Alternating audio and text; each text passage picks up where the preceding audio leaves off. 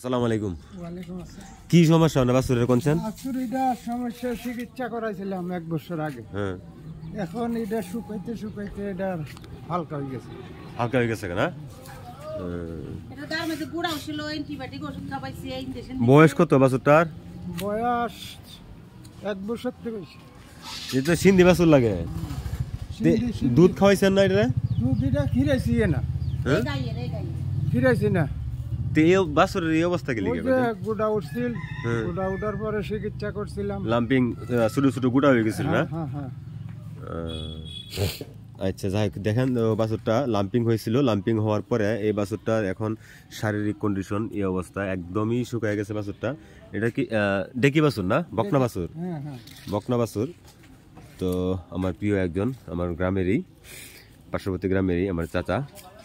তো ওনার আরও কিছু গরু আছে মাশাল্লাহ। উনি ছোটোখাটো একদম খামারি বলতে চলে। চাচা এটা কি দা? এটা সিন্ধি বাছুর। আইন সিন্ধি বাছুর না? এটার বয়স কত হয়েছে? 1 বছর হয়েছে না। বিয়ের 1 বছর হতো, আগুন মাসে না হরলো। আগুন মাসে পড়েছে না? তো এটা দুধ দিয়ে কথা নেই গায়ে? দুধ আমরা মাফি না রে বাবা। হ্যাঁ, খাওয়াইতে পারলে 3 কেজি 4 কেজি দুধ হতো না। দুধ মাফি না। দেখেন ব্যথা দিবে, দেখেন দেখেন ব্যথা দিবে, দেখেন। যাই হোক মাশাল্লাহ, আপনার গরুগুলাই যে বাছুরগুলো খুব সুন্দর। এগুলার মনে করেন আপনার ভিটামিন দিয়ে রাখবেন, বুঝছেন নি? ভিটামিন, ভ্যাকসিন এগুলা করে রাখবেন। আর না হলে এই যে এই বাছুরটা যে গেট আপ আছে, এখন বর্তমান যে গেট আপটা আছে, মানে এই গেট আপ যদি ধরে রাখতে না পারেন তাহলে তো লোকসান।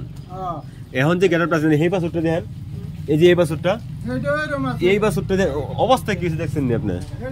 তো এইগুলা রেগুলার কিমি ট্যাবলেট, কিছু ভিটামিন, এই মনে করেন আপনার সবসময় দিয়ে রাখবেন এগুলা, বুঝছেন নি? এগুলো তো কোয়া না লাগে, নিজ দায়িত্বে এগুলো করে নেবেন। তো গরুর স্বাস্থ্য ভালো থাকলে এটার দাম মনে করেন সেরকম থাকে, এই বাছুর বুঝছেন? এই বাছুরটা এটার মতন আসলো।